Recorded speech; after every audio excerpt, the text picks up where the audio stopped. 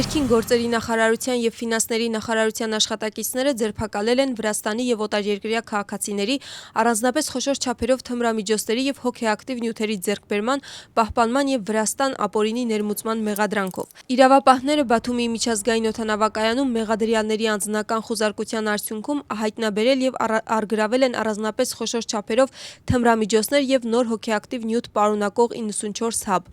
Անցկացրած խուզարկության արդյունքում առգրավել է նաեւ հոգեմետ նյութ։ Հանցագործությունը նախատեսում է մինչև 20 տարվա կամ ցմահ ազատազրկում։ Այսօր պաշտոնապես կգործարկվի Բաքու-Թբիլիսի Ղարս-Նոր երկաթուղային գիծը։ Այն Վրաստանի, Ադրբեջանի եւ Թուրքիայի համատեղ ռազմավարական նախագիծն է, որը կարևոր դեր ունի Եվրոպայի եւ Ասիայի միջև կապերի ամրապնդման գործում։ Մարաբդա-Կարծախի երկաթուղային հատվածի ընդհանուր երկարությունը 180 կիլոմետր է։ Նախագծի շրջանակներում վերակառուցվել եւ վերանորոգվել է 153 կիլոմետր ճանապարհ եւ կառուցվել 27 կիլոմետր երկարությամբ նոր եվրոպական չափանիշներին համապատասխան երկաթուղային մայրուղի։ Նոր գծով բեռնափոխադրումների ծավալն ամեն տարի աճում է, իսկ լիարժեք շահագործման դեպքում նախագծի թողունակությունը կհասնի 5 միլիոն տոննայի։ Վրաստանում անցկացված հանդիպումները գնահատում եւ հայտարարություն է տարածում Ամերիկայի պետվարչության պատվիրակությունը։ Հայտարարության մեջ նշվում է, որ կողմերը քննարկել են երկու երկրների միջև հնարավոր համագործակցության եւ համընկնող շահերի ոլորտները։ Պատվիրակությունն ընդգծել է նաեւ այն, որ նահանգները շահագրգռված է Վրաստանի հետ առևտրային համագործակցության ընդլայնմամբ։ Դեսպանատան տեղեկությամբ իշխանությունների հետ զրույցի ժամանակ հատվել է Վաշինգտոնի պատրաստակամությունը ապագային միտված համագործակցության նկատմամբ։ Ինչ վերաբերում է ընդդիմադիր կուսակցությունների հետ հանդիպումներին, դեսպանատունը գրում է, որ պատվիրակությունը լսել է մտահոգություններ 2024 թվականի հոկտեմբերից հետո ընդդիմադիր կուսակցությունների նկատմամբ վերաբերմունքի վերաբերյալ, այդ թվում սահմանադրական դատարանում ընթացող գործի եւ առկա քաղաքական միջավայրի մասին։ Հայտարարության մեջ հնչել է նաեւ ընդդիմությանն ուղղված կոնկրետ ուղերձ։ Գործունակ ժողովրդավարությունը պահանջում է քաղաքական ընդդիմություն, որը համագործակցում է պետական ինստիտուտների հետ, ներկայացնելու այն քաղաքացիների շահերը, որոնք ձայն են տվել իրենց օգտին։ Կարդում ենք հայտարարության մեջ։ Հիշեցնենք, որ պետվարչության պատվիրակությունը Թբիլիսիում հանդիպումներ էր անցկացրել անցյալ շաբաթ։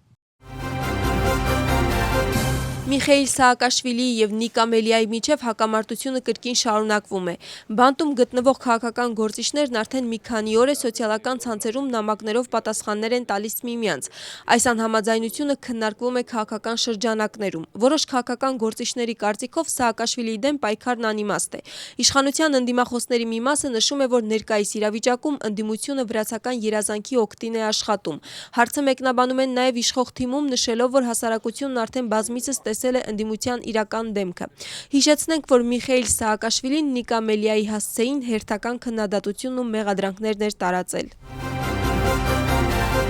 Դոնալդ Թրամփը հայտարարում է, որ Իսրայելի եւ Հեզբոլլահի միջև հրադադարի համաձայնություն է ձեռք բերվել։ ԱՄՆ-ի նախագահի խոսքով շատ արդյունավետ զրույց է ունեցել Իսրայելի վարչապետի հետ։ Բեյրութ զինվորներ չեն մտնի, իսկ այն զորամասերը, որոնք արդեն ճանապարհին էին, վերադարձվել են, գրում է Թրամփը սոցիալական ցանցում։ Նահանգների առաջնորդի հայտարարությամբ կապ է ունեցել նաեւ Հեզբոլլահի ներկայացուցիչների հետ եւ կողմերը պայմանավորվել են ամբողջությամբ դադարեցնել կրակը։ Միևնույն ժամանակ Թրամփը հերքել է տարածված տեղեկությունները, թե Իրանը դադարեցրել է Ամերիկայի հետ բանակցությունները եւ նշել է, որ դրանք շարունակվում են արագ տեմպերով։ Ռուսաստանի նախագահը հայտարարում է, որ Ուկրաինան Լուգանսկի եւ Խերսոնի մարզերի վրա հարձակումներով հակամարտությանը նոր բնույթ է հաղորդել։ Վլադիմիր Պուտինն ասում է, որ բոլոր պատասխանատու անձինք պետք է ստանան այն պատիժը, որին արժանի են։ Ռուսական կողմի տեղեկությամբ մայիսի 22-ին Լուգանսկում ուսանողական հանրակացարանի վրա հարձակման հետևանքով զոհվել է 21 մարդ, իսկ 44-ը վիրավորվել են։ Միևնույն ժամանակ, ինչպես Ռուսաստանն է հեռարձակում, մայիսի 31-ին ուկրաինական անօդաչու թռչող սարքերը հարվածներ են հասցրել Գենիչեսկում գտնվող բնակելի շենքերին, ինչի հետևանքով 1 երեխա զոհվել է, իսկ 11 մարդ վիրավորվել։ Վրաստանի պետական անվտանգության ծառայության պետ Գեկա Գելաձեն մասնակցել է Շավնաբադայի հատուկ նշանակության ջոկատի բազայում անցկացված մարտավարական պատրաստության ցուցադրական զորավարժություններին։ Միջոցառման շրջանակներում մարտիկները կատարել են տարբեր տեսակի հատուկ գործողությունների եւ կրակային պատրաստության դաշտային առաջադրանքների նմանակումներ։ Ցուցադրական զորավարժություններին զուգահեռ ծառայության պետը զննել է հատուկ գործողությունների վարչության զրահատեխնիկան եւ հատուկ սարքավորումները։ Վրաստանի շրջակա միջավայրի պահպանության և գյուղատնտեսության նախարար Դավիթ Սոնղուլաշվիլին գտնվում է Բելարուսի Հանրապետությունում։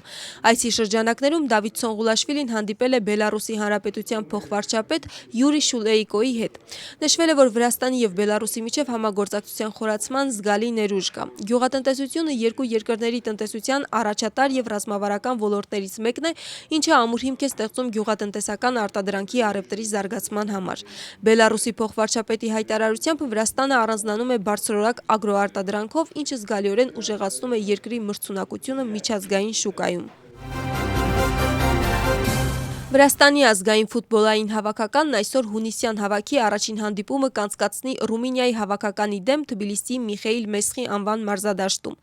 Գեորգի Միքաոտաձեից հետո վնասվածքի պատճառով հունիսյան ընկերական հանդիպումները բաց կթողնի նաև Զուրիկո Դավիթաշվիլին, իսկ Չեմպիոնների լիգայի հաղթող Խվիչա Կվարացխելյան ազգային հավաքականին կմիանա առաջիկա օրերին։ Հավաքականի կազմում իր վերջին հանդիպումը կանցկացնի վերջին տարիների անփոփոխ կապիտան Գուրամ Կաշյան։ Վրաստան-Ռումինիա հանդիպումը կմեկնարկի Թբիլիսիի ժամանակով ժամը 21:00-ին հանդիպման ուղիղ հեռարձակումը ձեզ կառաջարկի առաջին ալիքը։